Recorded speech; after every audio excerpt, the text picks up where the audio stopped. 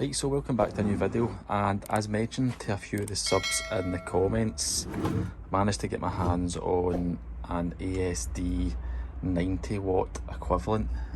So there's all the information there that you'll need. So as you can see, it's obviously quite a bit bigger.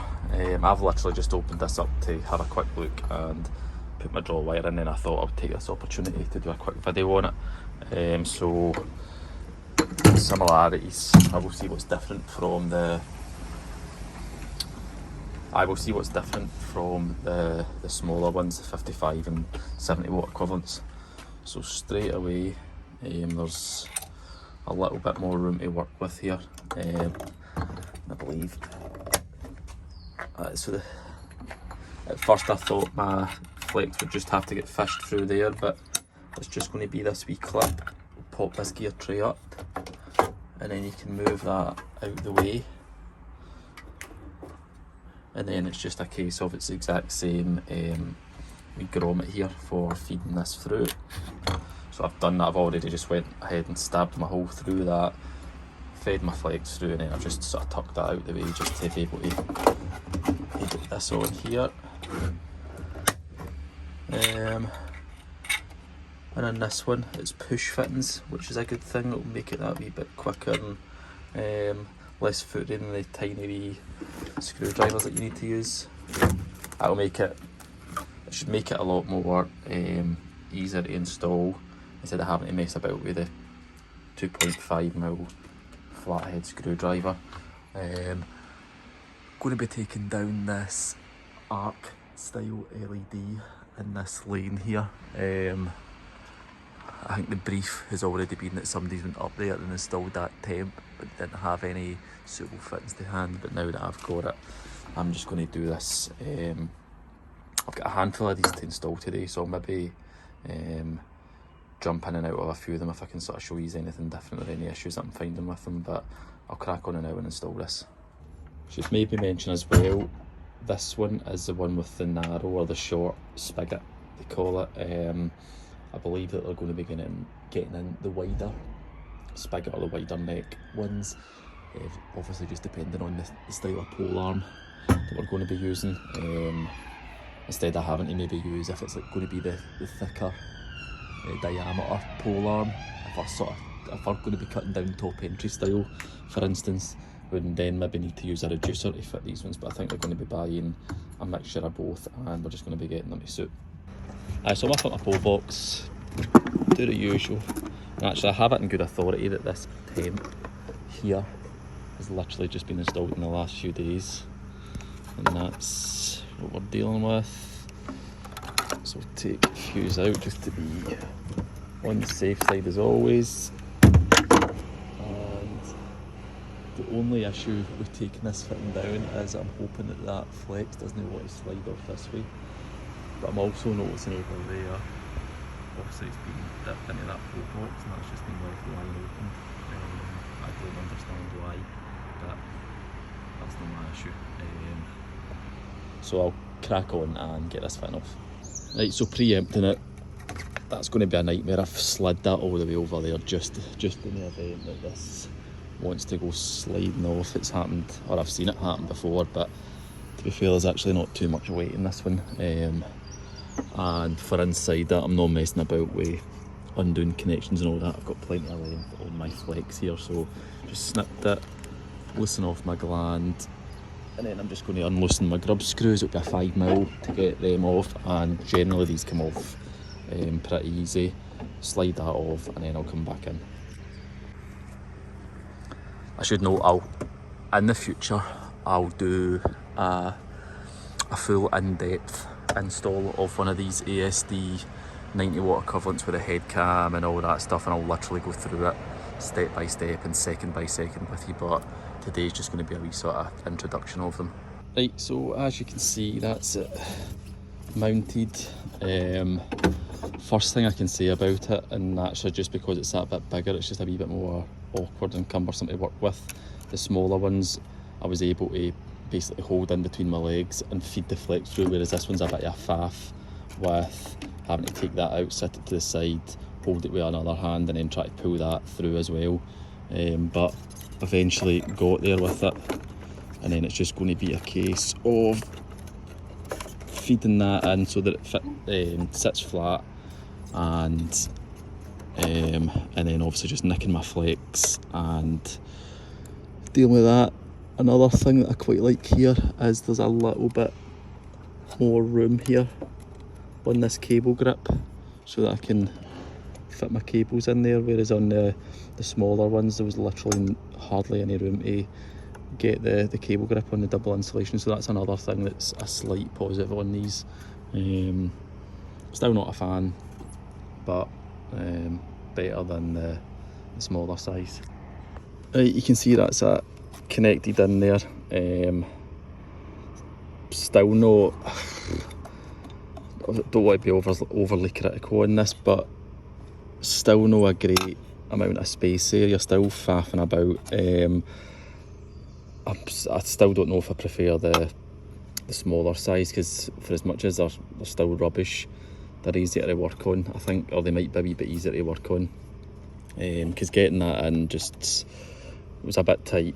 I do like the push connections, is definitely a bonus, but another thing that I'm going to see is going to be an issue here potentially is that you're needing more flex in these fittings to come through, and some of the fittings obviously just maybe are a wee bit shy, so quite a few fittings are probably going to need to be reflexed, which again isn't always a bad thing, but it's just going to be a bit more work, a bit more time, all that sort of stuff. But overall not too bad, but I'll do a proper in-depth install of one of these and I can show you my sort of real life struggles, because getting them in neat is again sort of pretty impossible, but it's always good to have a little bit of slack on them, I suppose. Or one of the worst parts is definitely getting that bit shot over, but that one actually wasn't too bad.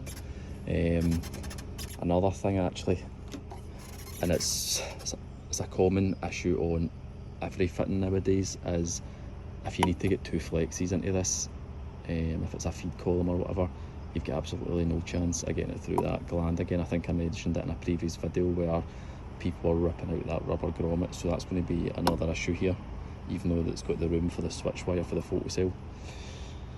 But that's it done. I'll stop blabbing, I'll get this fuse checked and back in, and that will be done here. Right, hopefully you can hear me over the noise of the van, but that's a view of it from the ground if anyone actually cares. And when I was going back into the van, you can see the evidence of the previous spark, of how recently they've been here. But again, I think that's just a little bit poor, so stick that in my bucket and I'll just do a tidy up at the end of the day with it. So I'm just trying to see how I'll get out of this lane, because it's a little bit tight. But again, I don't know why they've left that door off. Look at the strain on that flex there actually. I'll go up and have a wee look at that and see if I can do anything with it, because that looks as if that's just going to pop off one day and potentially be sitting there live, depending on which way this is fed. Right, so this is me up at this pole box on the other side of this temp, and I wish I didn't even bother looking at it, but you ready for this? So this is my temp, or obviously not my temp, this is the temp that's just been installed literally in the last couple of days, right? And it's literally been held up on the live and neutral there. Hope you can see that.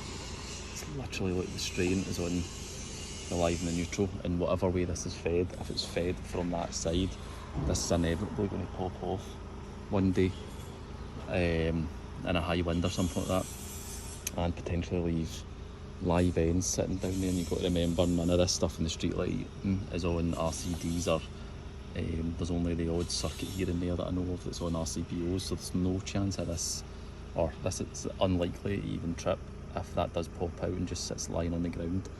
You can see there as well, there's another temp going along there somewhere. You can hopefully see there are a few dodgy through crimps. But aye, this is shocking, and I can see why this door has just been left the way it is, or it's maybe just popped off. But I'm going to try and do something to at least take the strain off the. I'll try and do something to take the strain off the cables. But look at that as well. That's a CPC, and it's borderline even connected in. Just a wee quick update for this. I've been called away to my 2 other job there. The column has been struck, so obviously need to go to it quickly, but I've taken the strain off this cable and I've just put a tie wrap around that door just to obviously stop water from getting in and act as an extra wee bit of a restraint on that cable. But whoever installed this, I don't know why when installing the temp they didn't just tie it around the top of the column there or up at the fitting, but surely you would tied it up along that ridge there, and this wouldn't be an issue for the sake of what, 2 minutes extra work. It just blows my mind sometimes, but I'll get down and go to this job. This is just going to be a follow on from the initial video that you've seen at the start where I've installed one of these 90 watt equivalent ASD fittings, and I've got 3 to do on this street. I've got R1, R3 and R4. So there's a couple of reasons for showing you this video. So first of all, I think I've shown it in a previous video, but when I've got a couple in the same street to do, I like to prep a few in advance, and then that way I can literally just go to each column, take the old fitting off, put new fitting on, and I don't need to spend time and prep. I can just do all at the start, and then it's just a case of chopping and changing the fittings. The second thing I was want to show you is, it's not particularly interesting, but it's just this different type of cut out here. Again, that side of things isn't overly different, but aye, you can see that there. That's obviously got that main signal equipment in it, and then another, or the main sort of part of jumping back in here, because I'm not going to be showing anything overly different, is I've fit quite a few of these fittings in the period from installing that first one that you seen at the start of the video till now, and there's been quite a few days past and quite a number of these been installed by myself, and the quality is just as bad. Look at that. That was just taking that off the same way that I've been doing it all the time, and that's just snapped. Maybe not a massive thing, it will still, or should still close over again, but it's just really poor quality, these things. And I'm finding the push fit connections aren't great either. I'm sort of obviously giving them a wee tug once I've got them in, just to make sure that they're in properly, and a lot of them are slipping back out again, so they're definitely not great, these fittings. Was hoping they were going to be better than the smaller 55 watt ones, but they're definitely not. So hopefully these are just a phase and we'll get replaced with something a bit better soon enough. So I'll crack on just now and install these 3 here. Not really anything to show you, but I'll show you once they're in, but it's just standard. It's just standard 90 watt socks for all 3 of these, so they're getting taken away and these monstrosities put in their place. Before I forget, I'll obviously see if I can close this fitting over properly with this one. If not, I'm going to need to take this off from another fitting. You can release these by just pulling in these wee springs here. I'll just take it from another fitting because they should be the same size, and then I'll obviously just go back to the powers that be and basically just say that these are obviously just cheap crap and they're snapping. That's that one on. I thought this was going to be the box here, possibly. But it turns out it's not. But I just want to show you this. Seen the neutral cover missing there way too often, and I've seen that quite a few times, that's just been the cover for the cable head's just been sort of horsed on or damaged or whatever. But I'm also going to stick that in as needing fixed urgently, because access to live parts in there, so that's obviously pretty dangerous. I'll stick that in and get the client to get Scottish Power or the D&O out to sort that. The bolt's likely down that way then, because there's an earth rod or an earth pit at that column there. It's a K-winder. So I'll go and fit all three of these, and then I'll go and find the box for it. I'm obviously installing them as they should be and checking all the fuses, so there shouldn't be any issues with them lighting, but if I have time I'll show them lit on camera, but if not, you just need to take my word for it. I've went and done that. Hopefully you can see that. So that's R3 done, R1 away down there with that women's walking, R4 done, and I'm assuming the box is just going to be up there somewhere, so I'll take a wee drive up, switch it all on, and then come back down and make sure these are working. As promised, there's R4. R3's lit, and I'll take a wee walk down, and just confirm that R1's lit as well, obviously should be. And there you go, that's R1. That for you there, so I'll just go back up, switch up. Don't need to show you that, it's a bit of a waste of time. That was the other box there that I thought it possibly could be, but that's on an overhead installation, and there's an earth pit there, which is usually an indication that it's end of line. But I thought I would try it just in case. On that note, we'll end the video there. Hope you enjoyed it. I know it wasn't quite as in depth, but see, you can leave it in the comments down below if you would like to see a video of me installing one of them in depth, GoPro and forehead or chest mount or whatever. Then let us know. If not, then I'll obviously just assume if nobody sort of wants it, if nobody wants to see that, then fair enough. I can understand why it's not particularly interesting, but I don't mind doing it if that's something that you'd like to see. You can let us know down below if there's anything else you would like to see in the channel with regards to the street lighting. I've obviously mentioned previously I want to bring a bit more domestic to the channel. That is coming, but it's just getting the go ahead from clients is the main thing for me.